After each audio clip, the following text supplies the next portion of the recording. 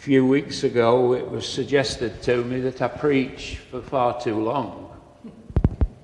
This morning, the church warden present hid the sermon. Is somebody trying to tell me something? John the Baptist said to the people, "There stands one amongst you whom you know not." The one of whom the Baptist spoke was Jesus. Again and again in Christian experience and history, God is referred to as the hidden God. In this respect, God might be compared to a biographer. The job of the biographer is to tell the story while staying in the background. A good biographer is everywhere present but never visible. And so God is everywhere present in his creation but nowhere visible. There is a story about a man who came home one day to find his small daughter crying bitterly. He asked her what was the matter. She said she'd been playing at hide and seek with her friends. But when she had the turn to hide, she hid so well that they gave up looking for her. And by the time she came out from hiding, they'd gone off to play another game. She went back into hiding and waited for them to find her, but they failed to do so. When she came out to them, when she came out from her hiding place, she found herself to be all alone.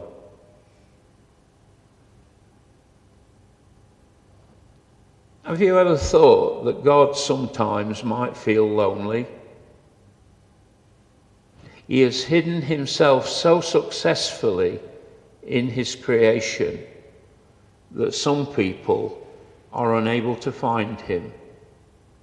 And eventually they give up looking for him and they go off in other directions.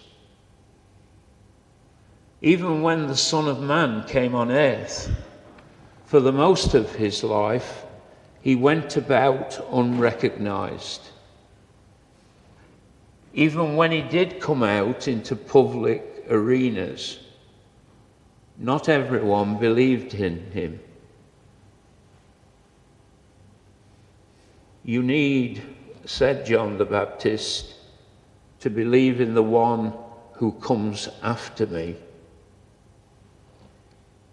And in the prologue to his gospel, John the Evangelist said sadly, he was in the world that had its being through him, and the world did not know him. And it's at this point that Christmas comes to our aid. At Christmas, we are filled with wonder at the nearness of God. We are filled with wonder in the incarnation of God. God who is perfectly hidden and perfectly revealed at the same time. In Jesus, God comes to us clothed in our humanity. To see Jesus is to see the Father. Before the coming of Jesus, God was seen as a distant and remote, not really concerned about us and our sufferings, where still he was seen as a judge or a spy, ready to pounce and punish. Since the coming of Jesus, we no longer see God as remote. We see God as Father, a God who is so very close to us and always concerned about each one of us, because we are his children. He is Papa. He is the Father that Jesus talks about. And Jesus reveals God as a loving, compassionate, and forgiving Father. A God who is close to us, who is not far away. A God who lives amongst us, who is passionately interested in each one of us.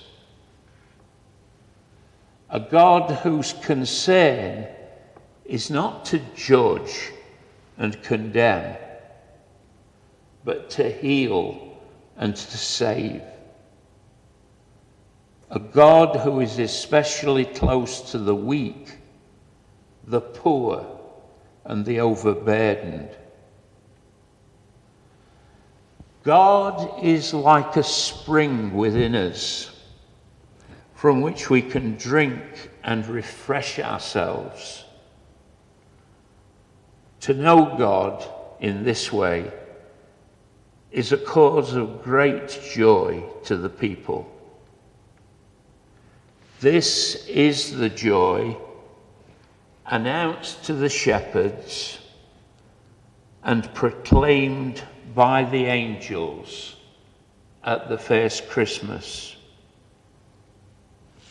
And it is the God who is announced to us today in the blessed sacrament of the altar.